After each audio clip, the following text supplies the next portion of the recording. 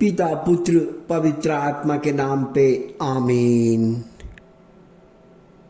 हे परमपिता परमेश्वर, हे शांति देने वाला परमेश्वर,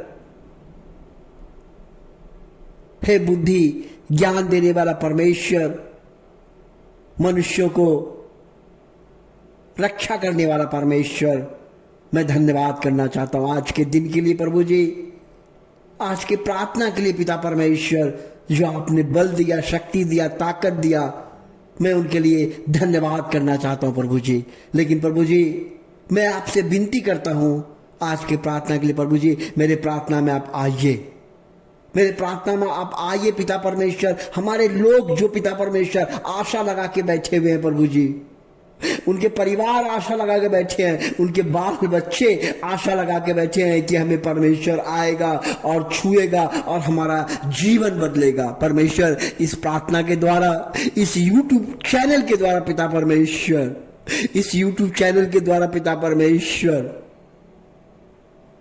रेणुका आलोक मसीह के चैनल के द्वारा पिता परमेश्वर, लोगों को आशीषित मिले, लोगों को पिता परमेश्वर प्रार्थना के द्वारा चंगाई मिले पिता परमेश्वर, शांति मिले पिता परमेश्वर, उन पर दया हो पिता परमेश्वर, हर समस्या से पिता परमेश्वर। मनुष्य का समस्या का जब हम लिस्ट देखते हैं पिता परमेश्वर, अनेक है पिता परमेश्वर, मनुष्य का समस्या अनेक है पिता परमेश्वर। हमने कई बड़े बड़े लोगों के घर में देखा पिता परमेश्वर, धन है, दौलत है, जमीन है, जगह है, लेकिन परमेश्वर उसका हृदय खालीपन है, शून्यपन है, उसके हृदय में आनंदित नहीं है परमेश्वर।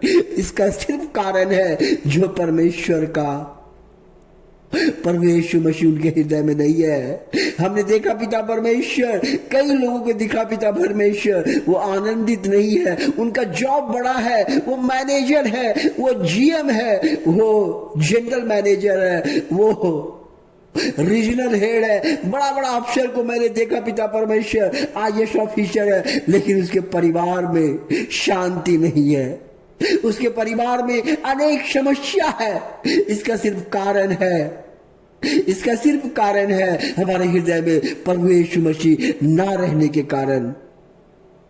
इसीलिए प्रभु यीशु मसीह कहते हैं, हे बोझ से दबे हुए लोगों, हे बोझ से दबे हुए लोगों, मेरे पास आओ, मेरे पास आओ, आह्वान करता है। आज हमारा सवाल है, हे प्रभु मेरे प्रार्थना में आइए, हमारे लोगों को परमेश्वर, जो आज परमेश्वर हमारा लोग का विद्यार्थी के लिए प्रार्थना प्रभु जी है, जो विद्यार्थी फेल हो जाते हैं परमेश्वर, वो परीक्षा का एग्जाम दे दे के थक जाते हैं परमेश्वर, ऐसे लोगों का आप छूइए प्रभु जी, ऐसे लोगों को छूइए पिता परमेश्वर, ऐसे विद्यार्थी के जीवन को बदलिए प्रभु जी। जिस परिवार में धन दौलत का कमी है परमेश्वर, हमेशा धन का कमी हो जाता है परमेश्वर, धन लाता है लेकिन बचता नहीं है, ऐसे परिवार को परमेश्वर आप आशीषित कर परमेश्वर, आप आशीषित कर पिता परमेश्वर, ऐसे परिवार को आशीषित कर परमेश्वर, जिसका परिवार बीमारी से जूझ रहा है, उनका परिवार का पैसा खर्च होते होते थक जाता है परमेश्वर, ऐसे परिवार को आशीर्वाद दे प्रभु जी, ऐसे परिवार को आशीर्वाद दे। आज आप कहते हैं कि मैं ऐसे लोगों को आशीषित करूंगा आज के जीवन में प्रभु जी। जो व्यक्ति काम धंधा ढूंढ रहा है पिता परमेश्वर, जिसके हृदय में दुख है पिता परमेश्वर, जो अकेलापन में रोता है पिता परमेश्वर, ऐसे व्यक्ति को आप प्रभु जी हिम्मत दे, ताकत दे पिता परमेश्वर। इन तमाम लोगों के लिए प्रभु जी जो बिजनेस करते हैं पिता परमेश्वर, कहते हैं कि मैं दुकान खोलता हूं लेकिन हमें प्रॉफिट नहीं होता, प्रभु ऐसे लोगों को आशीर्वाद दे परमेश्वर। ये कहां जाएंगे, ये कहां जाएंगे, क्योंकि आपका वचन कहता है ये कहां जाएंगे, कौन सा दरवाजा खटखटाएंगे, कोई दरवाजा ही नहीं है प्रभु, कोई दरवाजा नहीं है, लेकिन आपका वचन कहता है, आपका वचन कहता है, मैथ्यू अध्याय 7 का 7 इस प्रकार कहता है, मांगो तो तुम्हें दिया जाएगा, खोजो तो तुम पाओगे, खटखटाओ तो तुम्हारे लिए खोला जाएगा। प्रभु जी कितने अच्छे से कहते हैं कि मांगो गे तो तुम्हें दिया जाएगा, खोजोगे तो तुम पाओगे, खटखटाओगे तो तुम्हारे लिए खोला जाएगा। ओ मेरे भाई, ओ मेरे बहन, ओ मेरे दोस्त, ओ मेरे सुनने वाले, परमेश्वर साफ कह रहे हैं कि मांगोगे तो तुम्हें दिया जाएगा, खोजोगे तो तुम पाओगे, खटखटाओगे तो तुम्हारे लिए खोला जाएगा। अरे परमेश्वर का वचन को सुन के आप मांगिए।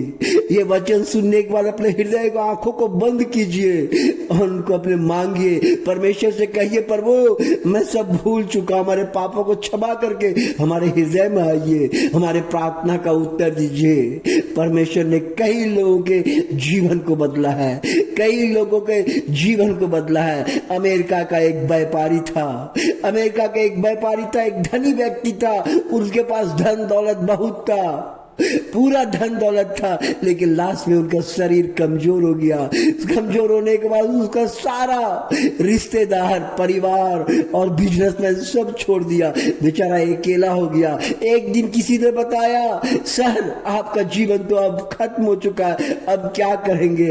एक आदमी ने उसे आके बताया, अभी भी आपके जीवन में कुछ नहीं हुआ, आप प्रभु यीशु मसीह से प्रार्थना कीजिए और उनसे मांगिए। उन्होंने किसी के बताए हुए राह पे चला, उन्होंने अचानक ऐसा ही किया, उसका जीवन लौट गया, परमेश्वर ने उसको चंगाई दिया, उसका शरीर अच्छा हो गया। उन्होंने विश्वास किया और अपने दोस्तों, बिजनेसमैन से शेयर किया, मैंने सब कुछ कमाया लेकिन मुझे कोई फायदा नहीं हुआ, लेकिन आज हमारे पास एक बहुत बड़ा यीशु मसीह है जिसके द्वारा मेरे को जीवन मिला।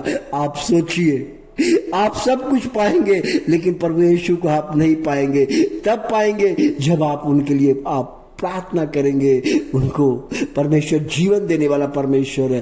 जीवन का मतलब है जब आप अपना दिमाग लगा के थक जाएंगे। इसलिए परमेश्वर यहाँ पे स्पष्ट कहता है ना, जोएल अध्याय 2:32 में कहता है, तुम्हारा विश्वास मनुष्यों के ज्ञान पे नहीं परंतु परमेश्वर के सामर्थ पर निर्भर हो। आज हम देखते हैं कि लोग अपना दिमाग लगाता है। नहीं भाई, अपना दिमाग लगाना छोड़ दो, कुछ नहीं होगा। अपना बुद्धि लगाना छोड़ दो, कुछ नहीं होगा। कहो, प्रभु आज मैं ये काम करने जा रहा हूं, आप मेरे संग चले, आप मेरा काम करें, आप मुझे आशीर्वाद देंगे तब सब कुछ होगा। अगर आप नहीं देंगे, मेरा परिवार, मेरा बाल बच्चा कभी आगे नहीं बढ़ेगा। इसलिए अपना ज्ञान, मनुष्य का ज्ञान बंद कर दीजिए। कोई भी छोटी छोटी चीज के लिए प्रार्थना कीजिए, छोटी छोटी चीज के लिए प्रार्थना कीजिए। कभी भी अपना हिम्मत मत हारिए, हमेशा प्रार्थना करना सीखिए। हे प्रभु हमें प्रार्थना करना सिखा। हे प्रभु हमारा विश्वास को बढ़ा। हे प्रभु हमारे परिवार के साथ प्रार्थना करने का शक्ति दे।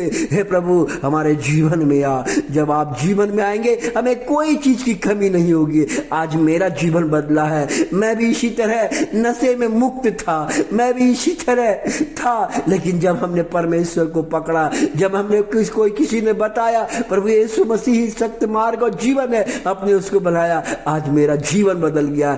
आज मेरे पास, मेरे हृदय में परमेश्वर वास करता है। आज मेरे हृदय में प्रभु है और प्रभु से प्रार्थना करता हूँ। यही मेरा धन, यही मेरा दौलत, यही मेरी ताकत है जो आपके बीच है।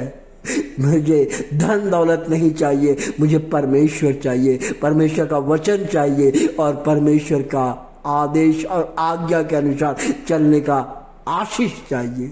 धन्यवाद पिता परमेश्वर, मुझे मेरे परिवार को आशीर्वाद से भरने के लिए, मेरे परिवार को आप हमारे जीवन में आने के लिए मैं धन्यवाद करना चाहता हूँ। इसी तरह परमेश्वर का वचन हमेशा इस प्रकार कहता है कि तुम्हें किसी भी बात की चिंता मत करो, तुम हर एक बात में, है ना, तुम्हारा निवेदन, प्रार्थना और विनती द्वारा धन्यवाद के साथ परमेश्वर के सम्मुख उपस्थित किए जाए। परमेश्वर कहता है कि कोई बात का आप चिंता मत कीजिए और हमेशा धन्यवाद और के साथ परमेश्वर के पास उपस्थित होइए। परमेश्वर आपके सब काम को पूरा हालेलुया आमीन।